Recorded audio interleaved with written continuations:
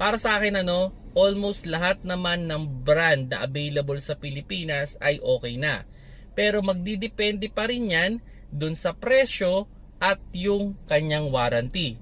Sabihin na natin may mga battery na medyo mas mataas yung presyo, pero mahaba naman yung warranty ibibigay sa'yo, at meron namang mura pero mas kokonti. So mas maganda dyan, i-divide ninyo, no? Like for example, 4,000 yung battery, pero ang warranty niya is 24 months. At yung isa, 3,500, pero 18 months lang yung warranty. Sabihin na natin, yung warranty kasi, yan yung pinaka-safe zone ninyo. At ang isang question dyan is kung gaano ba kadali i-claim yung warranty. Like for example, na-scan nila, bad na yung battery, replace ba kagad? So yan yung mga dapat ninyong i-consider kung kayo ay bibili ng battery.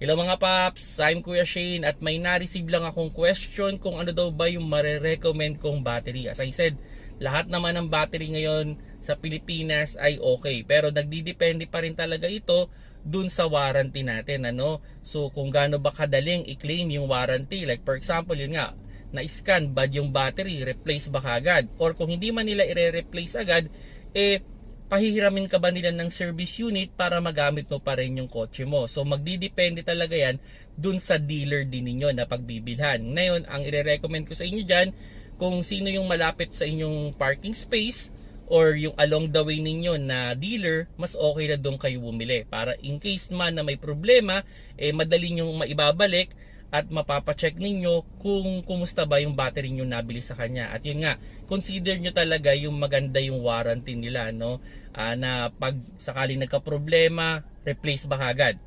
Kasi may mga rin na papahintahin ka pa. Ang tanong doon, pag pinahintay ka ba, kasi for investigation pa yung battery, mapapahiram ka ba nila ng service unit para magamit mo yung kotse mo? Kasi kung hindi ganun yung usapan, medyo alanganin yung dealer na yon. So yan yung mga i-consider ninyo. Well, normally naman ang battery sa private use, it will last around or more than 3 years.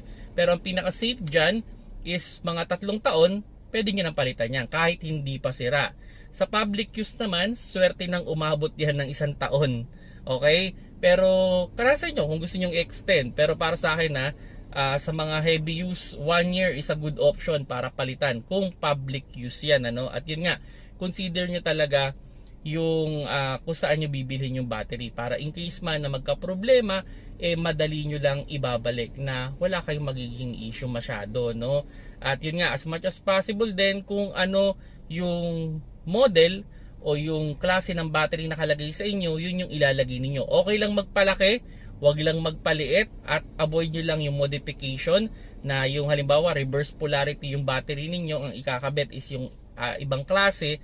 So wag nyong ipipilit yon. Mas okay pa rin kung ano yung brand o yung model na nakalagay para sa battery nyo, yun lang ang ilagay ninyo. Kung nagustuhan nyo yung video, paki-like na lang mga paps.